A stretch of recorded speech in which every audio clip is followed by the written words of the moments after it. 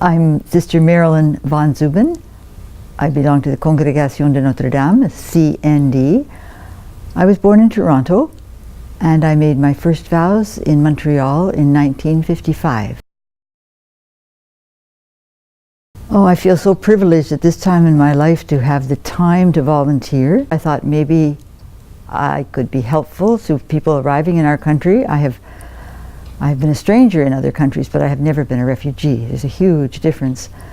And so I volunteer at the Résidence YMCA. I'm what I call a drop-in volunteer. I'm there to listen to people who wish to talk. For me, it's a real privilege. I'm touched by their desire that their children have a better life. Some of the adults have had terrible suffering. I'm going to just tell the story of one man from Yemen whom I met, it was a couple of years ago now, but one day he said to me, he said, "You know, sister, I think the God must be very happy with what happens in this building." He said, "Here we are, I'm Muslim, you're Christian, there are Hindus, there are people with no religion." He said, "And we're black and we're white and we're brown and we're different colors. Many of us don't have a common language, and yet we're all helping each other." He said, "I think the God must want that for the whole world, don't you?" And I said, "Yes, Mohammed, I do.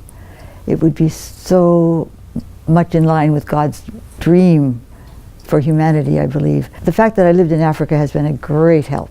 Lately we've had a significant number of Nigerians who have arrived. And I was in Cameroon, but on the Anglophone side, so I spoke Pidgin all the time. And it's the same Pidgin in Nigeria. So I always say to people when I meet them, English, Francais. Lately especially I've been just guessing. I say Nigeria and they say yes. So then I switch into Pidgin.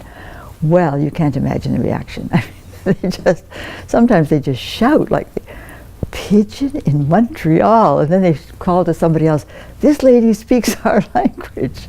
So that's been very helpful because it breaks down barriers. Once in a while I sense that people are kind of not quite certain, you know, they haven't had much experience where they feel trusted. They're coming from war-torn areas where you can't just trust everybody.